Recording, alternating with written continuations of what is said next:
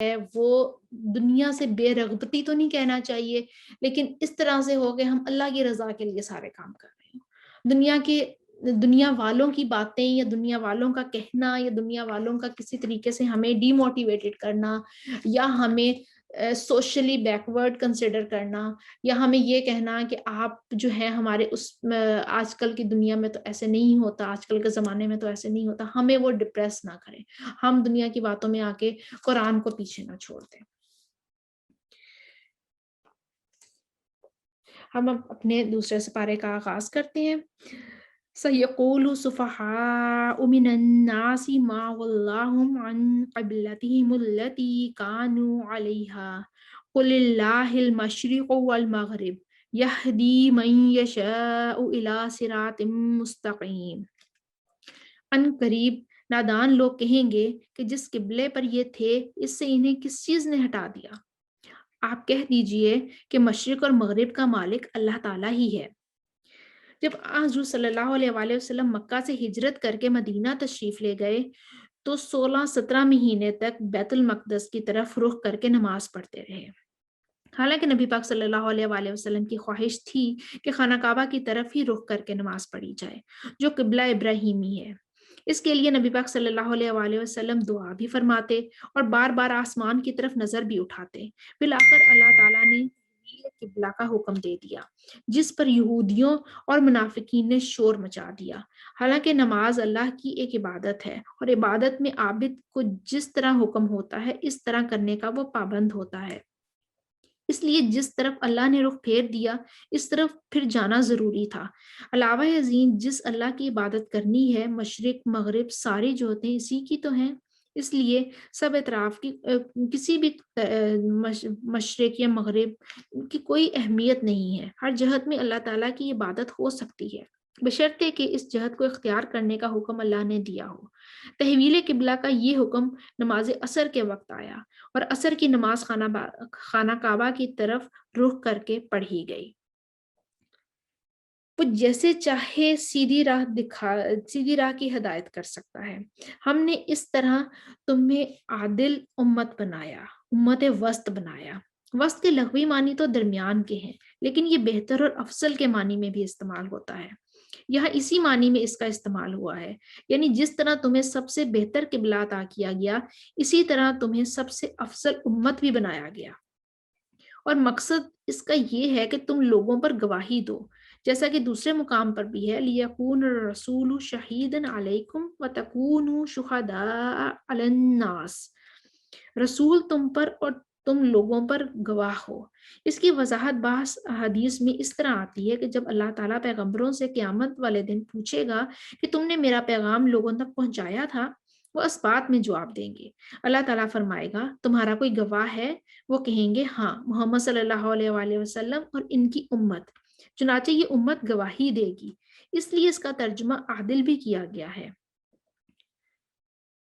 ایک معنی وسط کے اعتدال کے بھی کیے گئے ہیں، یعنی امت معتدل، یعنی افراط و تفرید سے پاک۔ یہ اسلام کی تعلیمات کے اعتبار سے ہے، اس میں اعتدال ہے اور افراط و تفرید نہیں ہے۔ اور یہ اس لیے تمہیں امت وسط بنا دیا گیا تاکہ تم لوگوں پر گواہ ہو جاؤ اور رسول اللہ صلی اللہ علیہ وآلہ وسلم تم پر گواہ ہو جائیں۔ جس قبلے پر تم پہلے سے تھے اسے ہم نے صرف اس لیے مقرر کیا تھا کہ ہم جان لیں کہ رسول کا سچا تابعدار کون ہے اور کون ہے جو اپنی ایڑیوں کے بل پلٹ جاتا ہے۔ یہ تحویل قبلہ کی ایک غرض بیان کی گئی ہے۔ مومنین صادقین تو رسول اللہ صلی اللہ علیہ وآلہ وسلم کے اشارہ آبرو کے منتظر رہا کرتے تھے، اس لیے ان کے لیے تو ادھر سے ادھر پھر جانا کوئی مشکل معاملہ نہ تھا، بلکہ ایک مقام پر تو عین نماز کی حالت میں جبکہ وہ رکوع میں تھے یہ حکم پہنچا تو انہوں نے رکوع ہی میں اپنا رخ خانہ کعبہ کی طرف پھیر لیا۔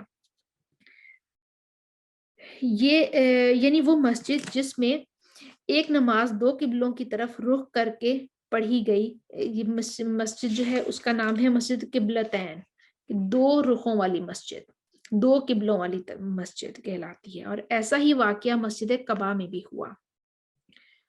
لِنَعْلَمَ، تاکہ ہم جان لیں، اللہ کو پہلے بھی علم تھا، اس کا مطلب یہ ہے تاکہ ہم اہل یقین کو اہل شک سے علیحدہ کر دیں۔ تاکہ لوگوں کے سامنے بھی دونوں قسم کے لوگ واضح ہو جائیں۔ گویا یہ کام مشکل ہے، مگر جنہیں اللہ نے ہدایت دی ہے ان پر کوئی مشکل نہیں۔ اللہ تعالیٰ تمہارے ایمان ضائع نہیں کرے گا۔ بعض صحابہ کے نزدیک ذہن میں یہ اشکال پیدا ہوا، یہ شک پیدا ہوا کہ جو صحابہ بیت المقدس کی طرف رخ کر کے نماز پڑھنے کے زمانے میں فوت ہو چکے تھے، یا ہم جتنے عرصے اس طرف رخ کر کے نماز پڑھتے رہے، یہ ضائع ہو گئی، یا شاید ان کا ثواب نہیں ملے گا۔ اللہ تعالیٰ نے فرمایا یہ نمازیں ضائع نہیں ہوں گی، تمہیں پورا ثواب ملے گا۔ یہاں نماز کو ایمان سے تعبیر کر کے یہ بھی واضح کر دیا کہ نماز کے بغیر ایمان کی کوئی حیثیت نہیں۔ ایمان تبھی معتبر ہے جب نماز اور دیگر احکام الہی کی پابندی ہوگی۔ اللہ تعالیٰ لوگوں کے ساتھ شفقت اور مہربانی کرنے والا ہے۔ ہم آپ کے چہرے کو بار بار آسمان کی طرف اٹھتے ہوئے دیکھ رہے ہیں۔ اب ہم آپ کو اس قبلے کی جانب متوجہ کریں گے جس سے آپ خوش ہو جائیں۔ آپ اپنا منہ مسجد حرام کی طرف پھیر لیں، اور آپ جہاں کہیں بھی ہوں اپنا منہ اس طرف پھیرا کریں۔ اہل کتاب کو اس بات کے اللہ کی طرف سے برحق ہونے کا قطعی علم ہے۔ اہل کتاب کے مختلف صحیفوں میں خانہ کعبہ کے قبلہ آخر انبیاء ہونے کے واضح اشارات موجود ہیں، اسی لیے اس کا برحق ہونا انہیں یقینی طور پر معلوم تھا، مگر ان کا نسلی غرور اور حسد قبول حق میں رکاوٹ بن رہا تھا۔ اور اللہ تعالیٰ ان اعمال سے غافل نہیں ہے جو یہ کرتے ہیں۔ اور آپ اگرچہ اہل کتاب کو تمام دلیلیں دے دیں، لیکن وہ آپ کے قبلے کی پیروی نہیں کریں گے، کیونکہ یہود کی مخالفت و حسد و عناد کی وجہ سے ہے، اس لیے دلائل کا ان پر کوئی اثر نہیں ہوگا۔ گویا اثر پذیری کے لیے ضروری ہے کہ انسان کا دل صاف ہونا چاہیے، اور نہ آپ ان کے قبلے کو ماننے والے ہیں اور نہ یہ آپس میں ایک دوسرے کے قبلے کو ماننے والے ہیں، کیونکہ نبی پاک صلی اللہ علیہ وآلہ وسلم وحی الہی کے پابند ہیں۔ جب تک نبی پاک صلی اللہ علیہ وآلہ وسلم کو اللہ کی طرف سے ایسا حکم نہ ملے، آپ ان کے قبلے کو کیوں اختیار کر سکتے ہیں؟ یہود کا قبلہ بیت المقدس اور عیسائیوں کا بیت المقدس کی شرقی جانب ہے۔ جب اہل کتاب کے یہ دو گروہ بھی ایک قبلے پر متفق نہیں، تو مسلمانوں سے کیوں یہ توقع کرتے ہیں کہ وہ اس معاملے میں ان کی موافقت کریں گے؟ اور اگر آپ باوجود یہ کہ آپ کے پاس علم آ چکا اور پھر بھی ان کی خواہشوں کے پیچھے لگ جائیں، تو بالیقین آپ بھی ظالموں میں سے ہو جائیں گے۔ یہ وعید پہلے بھی گزر چکی ہے۔ مقصد امت کو متنبع کرنا ہے کہ قرآن و حدیث کے علم کے باوجود اہل بدعت کے پیچھے لگنا ظلم اور گمراہی ہے۔ جنہیں ہم نے کتاب دی ہے وہ تو اسے ایسا پہچانتے ہیں جیسے کوئی اپنے بچوں کو پہچانے۔ ان کی ایک جماعت حق کو پہچان کر پھر چھپاتی ہے۔ آپ کے رب کی طرف سے یہ سراسر حق ہے۔ خبردار، آپ شک کرنے والوں میں نہ ہونا۔ ہر شخص ایک نہ ایک طرف متوجہ ہو رہا ہے۔ تم نیکیوں کی طرف دوڑو، جہاں کہیں بھی تم ہوگے اللہ تمہیں لے آئے گا۔ اللہ ہر چیز پر قادر ہے۔ اب جہاں سے نکلیں اپنا منہ نماز کے لیے مسجد حرام کی طرف کر لیا کریں۔ یہی حق ہے آپ کے رب کی طرف سے، اور جو کچھ کر رہے ہیں اس سے اللہ تعالیٰ بے خبر نہیں ہے۔ اور جس جگہ سے آپ نکلیں اپنا منہ مسجد حرام کی طرف پھیر لیں، اور جہاں کہیں تم ہو اپنے چہرے اسی طرف کر لیا کرو۔ قبلے کی طرف منہ پھیرنے کا حکم 3 مرتبہ دہرایا گیا، یا تو اس کی تاکید اور اہمیت واضح کرنے کے لیے، یا یہ چونکہ نسخ حکم کا پہلا تجربہ تھا اس لیے ذہنی خلجان دور کرنے کے لیے ضروری تھا کہ اسے بار بار دہرا کر دلوں میں راسخ کر دیا جائے۔ اور یہ تاکہ لوگوں کو کوئی حجت باقی نہ رہے، سوائے ان لوگوں کے جنہوں نے ان میں سے ظلم کیا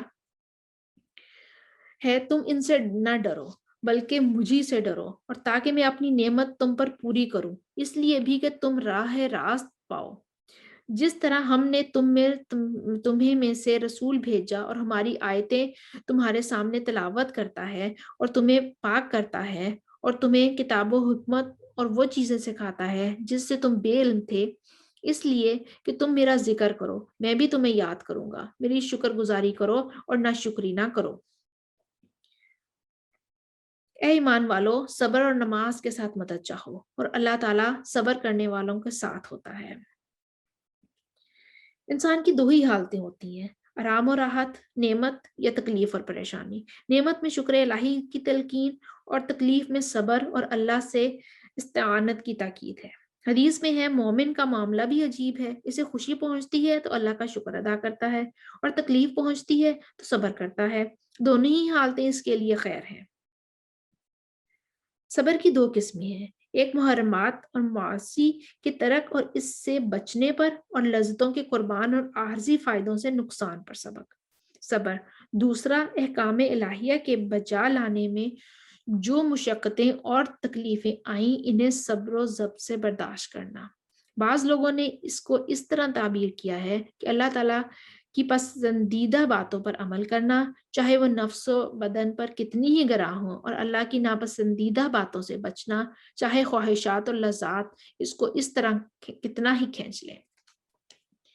اب یہ دو طرح سے صبر ہے، ایک تو ہم نے نیک کام کرنے پہ جو جو مشکلیں آئیں ان پہ ہم نے صبر کرنا ہے دنیا کی طرف سے، ایک جو ہم لذتوں کو چھوڑنا، دنیا کی لذتوں کو چھوڑنے کے لیے جو ہمیں صبر کرنا پڑے گا، نہیں تو ہمارا نفس ہمیں بہکا دے گا۔ اور اللہ تعالیٰ کی راہ کے شہیدوں کو مردہ مت کہو، وہ زندہ ہیں لیکن تم نہیں جانتے، اور ہم نے کسی نہ کسی طرح تمہاری آزمائش ضرور کریں گے، دشمن کے ڈر سے، بھوک پیاس سے، مال و جان اور پھلوں کی کمی سے، اور ان صبر کرنے والوں کو خوشخبری دے دیجیے جنہیں جب کبھی کوئی مصیبت آتی ہے تو کہہ دیا کرتے ہیں کہ ہم تو خود اللہ تعالیٰ کی ملکیت ہیں اور ہم اسی کی طرف لوٹنے والے ہیں، ان پر ان کے رب کی نوازشیں اور رحمتیں ہیں، اور یہی لوگ ہدایت یافتہ ہیں۔ صفا اور مروہ اللہ تعالیٰ کی نشانیوں میں سے ہیں، اس لیے بیت اللہ کا حج عمرہ کرنے والے پر ان کا طواف کر لینے میں بھی کوئی گناہ نہیں۔ اپنی خوشی سے، بھلائی سے کرنے والوں کا اللہ قدردان ہے اور انہیں خوب جاننے والا ہے۔ جو لوگ ہماری اتاری ہوئی دلیلوں اور ہدایت کو چھپاتے ہیں باوجود اس کے کہ ہم اسے اپنی کتاب میں لوگوں کے لیے بیان کر چکے ہیں، ان لوگوں پر اللہ کی اور تمام لعنت کرنے والوں کی لعنت ہے۔ اللہ تعالیٰ نے جو باتیں اپنی کتاب میں نازل فرمائی ہیں انہیں چھپانا اتنا بڑا جرم ہے کہ اللہ کے علاوہ دیگر لعنت کرنے والے بھی اس پر لعنت کرتے ہیں۔ حدیث میں آیا ہے کہ جس سے کوئی ایسی بات پوچھی گئی جس کا اس کو علم تھا اور اس نے اسے چھپایا تو قیامت والے دن آگ کی لگام اس کے منہ میں دی جائے گی۔ اب یہاں پہ اسی طرح سے ہے کہ ہمیں ایک مشورہ بھی امانت کہا گیا ہے۔ ہمیں کوئی ایسی بات پتا ہو کہ جس میں کسی کا فائدہ ہو رہا ہو اور اگلے نے ہم سے وہ بات پوچھی ہو اور ہم وہ چھپا دیں اس وجہ سے کہ کہیں اس کا فائدہ نہ ہو جائے، تو اس پہ اللہ اور اس کے فرشتوں کی لعنت ہوتی ہے۔ یہ بہت بڑی بات ہے، بجائے اس کے کہ جو آج کل کے دور میں ہو رہا ہے کہ کوئی بات پوچھے تو ہم مذاق مذاق میں ہی اس کو اتنا زیادہ زج کر دیتے ہیں کہ وہ اپنی طرف سے ہم یہ سمجھتے ہیں کہ ہم تو مذاق کر رہے تھے، ہم نے بتا ہی تو دینا تھا۔ مذاق میں بھی نہیں کرنا، ایسا مذاق بھی جھوٹ ہی کنسیڈر ہوتا ہے۔ ہمیں سچے دل سے ہر خیر کی بات کرنی چاہیے، اور اسپیشلی وہ بات جو ہمیں پتا ہو اور اس سے کسی کا فائدہ ہو جائے، اور اس میں ہر وہ چیز آتی ہے، اس میں آپ کا دینی علم بھی آتا ہے، اس میں آپ کا قرآن کا علم بھی آتا ہے کہ آپ کو پتا ہے، اور آپ اگر کسی کو یہ بتانے کے لیے اس وجہ سے نہ بتائیں کہ یہ اگر اس کو سکھا دیا تو یہ تو میرے برابر آ کے کھڑا ہو جائے گا، تو پھر تو میری وہ حیثیت ہی نہیں رہے گی، جو پھر تو اس کو، یا کسی کو ایسے کہنا کسی کو بہت ذہین ہے اور آپ دیکھ رہے ہیں کہ وہ آپ سے کہیں بہت اچھا نکل سکتا ہے، تو آپ کہیں گے اس کو اگر سکھا دیا تو یہ تو مجھ سے کہیں اوپر چلا جائے گا، تو اس وجہ سے اس کو نہیں سکھاؤ۔ ایسے ہی دنیاوی معاملات میں بھی کوئی ایسی چیز آپ جابز میں دیکھتے ہیں، کس جاب میں آپ دیکھتے ہیں کہ آپ کا کوئی اسٹوڈنٹ ہے یا آپ کا کوئی سبارڈینیٹ ہے، آپ کا کوئی جونیئر ہے، اور آپ دیکھتے ہیں کہ وہ بہت ہی فاسٹ گوئنگ ہے اپنے کیریئر میں اور انٹیلیجنٹ ہے، لیکن اگر اس کو تھوڑی سی پک دے دی، تھوڑا سا اس کو گائیڈنس مل گئی تو یہ تو بہت اوپر چلا جائے گا، تو اس وجہ سے اس کو دبا کے رکھو، جتنا دبا کے رکھ سکتے ہو دبا کے رکھو۔ یہ بہت ہی عام ہے، اسپیشلی ہمارے مسلم کلچر میں یا پاکستانی کلچر میں تو یہ بہت ہی عام ہے کہ جی آپ اپنے سبارڈینیٹس کو، آپ اپنے کسی بھی ایسے کو اپنے لیول تک آنے ہی نہ دو۔ تو یہ سب چیزیں جو ہیں یہ ہمارے